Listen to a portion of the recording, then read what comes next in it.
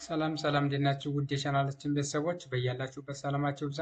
ዛሬ ደግሞ ይዤላችሁ የመጣሁት የአማርኛ ቃላትን እና ትርጉማቸውን ነው። አማርኛ ቃላትን ጽፌ ትርጉማቸውን እንዲሁም የጎን ለጎን እየጻፉ እየማሳያቸው ይሆናል ማለት ነው። በመጀመሪያ ይህን ቪዲዮ ላይክ፣ ሼር እና ሳብስክራይብ አድርጋችሁ ጀምሩ። አሁን ቀጥታ ወደ ቪዲዮ እንሂድ። ኦኬ ምን ይላል ማለት ነው? ከዚህ ላይ የአማርኛ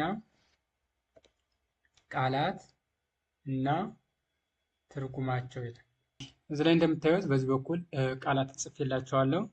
በርከት ያሉ ቃላትን ወርታች ጽፌላቸዋለሁ። በዚህ በኩል ደግሞ ትርጉማቸውን የቃላቶችን ትርጉም ጽፌላቸዋለሁ። እነዚህን በጋራ የምናይ ይሆናል ማለት ነው። ኦኬ እዚህ ላይ ምን ይላል? ቃላት ይላል ማለት ነው። እዚህ ላይ ደግሞ ምን ይላል? የቃላቶች ትርጉም ይላል ማለት ነው። ከዚህ ላይ ቃላትን ጽፌላቸዋለሁ። ከዚህ ላይ ደግሞ የቃላቶችን ትርጉም በዚህ አውረድ የቃላቶችን ትርጉም ጽፌ ያለው፣ በዚህ ደግሞ ቃላትን ጽፌ ያለው ማለት ነው። ስለዚህ በመጀመሪያ ቃላቶችን እናያለን። እዛ ቀጣይ ደግሞ የእነዚህ ቃላት ትርጉም ምን ይመስላል የሚለውን እያየን እንሄዳለን ማለት ነው። ኦኬ በመጀመሪያ እዚህ ስንጀምር ምን ይላል? ይሄ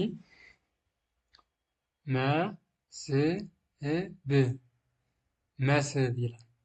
መስህብ የሚለው ትርጉም ምንድን ነው? ሳቢ ወይም ማራኪ ማለት ነው። ሳቢ ወይም ማራኪ። ኦኬ ቀጣይ ደግሞ ምን ይላል?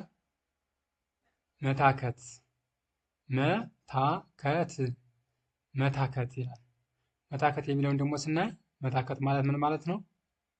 መድከም፣ መዛል፣ መስነፍ ወይም መሰልቸት ማለት ነው። መታከት ማለት መድከም፣ መዛል፣ መስነፍ ወይም መሰልቸት። ቀጣይ ደግሞ ምን ያለ? ይሄ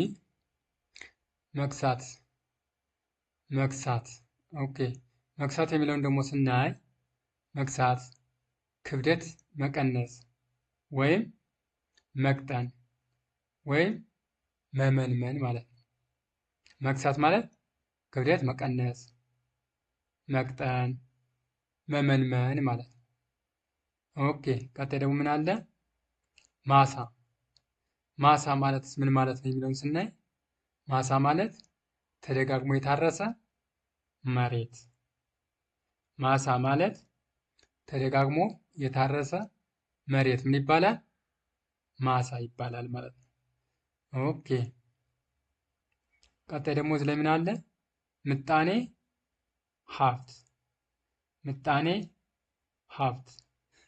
ሀብት ደግሞ ማለት ምን ማለት ነው? የአንድ ሀገር ጠቅላላ ሀብትና እንቅስቃሴው ምን ይባላል? ምጣኔ ሀብት ይባላል ማለት ነው። የአንድ ሀገር ጠቅላላ ሀብትና እንቅስቃሴ ምጣኔ ሀብት ይባላል። ኦኬ ቀጣይ ደግሞ ምን አለ?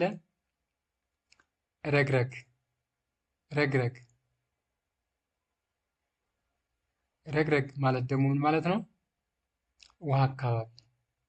ውሃማ አካባቢ ያሉ ቦታዎች ምን ይባላሉ? ረግረግ እንላቸዋለን ማለት ነው። ረግረግ። ኦኬ ቀጣይ ደግሞ ምን ይላል? ከዚህ ላይ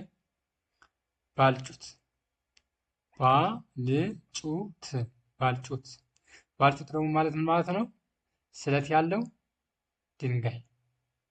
ስለት ያለው ድንጋይ ምን ይባላል? ባልጩት ይባላል ማለት ነው። ቀጣይ ደግሞ ምን አለ? ታደገ ማለት ምን ማለት ነው የሚለውን ስናይ ታደገ ማለት አዳነ፣ አተረፈ፣ ከችግር አወጣ ማለት ነው።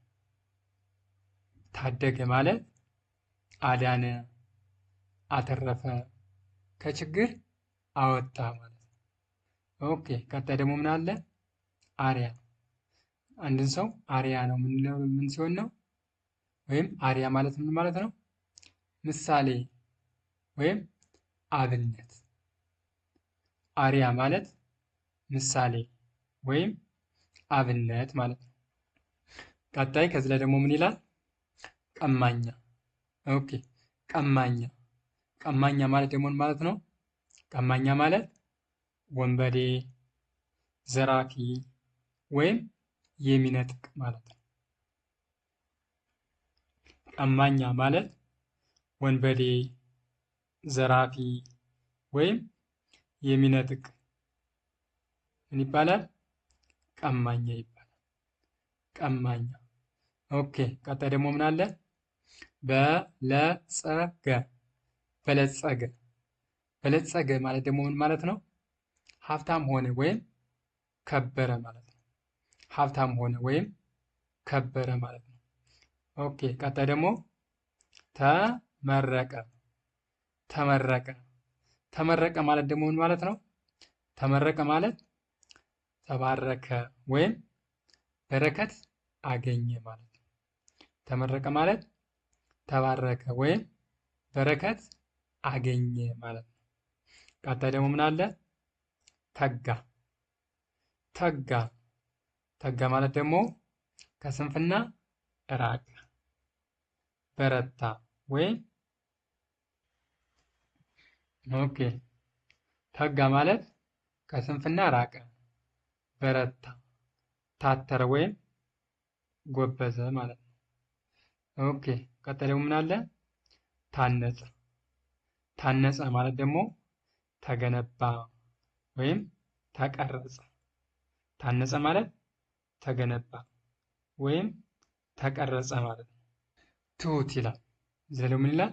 ትሁት ትሁት ትሁት ማለት ምን ማለት ነው?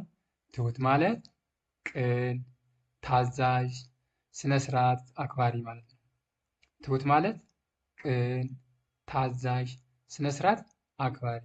ቅን ወይም ታዛዥ ወይም ስነ ስርዓት አክባሪ የሆነ ሰው ወይም የሆነ ሰው ምን ይባላል ማለት ነው?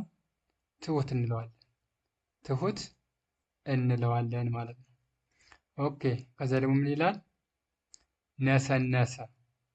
ነሰነሰ ነሰነሰ ማለት ደግሞ በተነ፣ ጎዘጎዘ ወይም ዘረዘረ ማለት ነው። ነሰነሰ ማለት በተነ፣ ጎዘጎዘ ወይም ዘረዘረ ማለት ነው። ኦኬ። ቀጣይ ደግሞ ምን ይላል ከዚህ ላይ? ይፋ። ይፋ ይላል። ይፋ ደግሞ ማለት ምን ማለት ነው? ግልጽ። ይፋ ማለት ግልጽ ማለት ነው። ኦኬ። ቀጣይ እዚህ ላይ ደግሞ ምን ይላል? ንዋይ። ንዋይ ማለት ደግሞ ምን ማለት ነው? ሀብት ወይም ንብረት ማለት ነው። ንዋይ ማለት ሀብት ወይም ንብረት ማለት ነው። ቀጣይ ምን ይላል እዚህ ላይ? አለቃ። አለቃ አለቃ ማለት ደግሞ ማለት ነው? ሹም ወይም መሪ ወይም ዋና ማለት ነው። አለቃ ማለት ሹም፣ መሪ፣ ዋና። ይህ ምን ይባላል ማለት ነው? አለቃ ይባላል። ወይም አለቃ የሚለው ትርጉም ሹም ማለት ነው። መሪ ወይም ዋና እንለዋለን ማለት ነው። ኦኬ። የዛሬ ቪዲዮ ይህን ይመስል ነበረ። በቀጣይ ደግሞ በሌሎች ቪዲዮዎች እስከምንገናኝ ቸርን ሰንብቱ።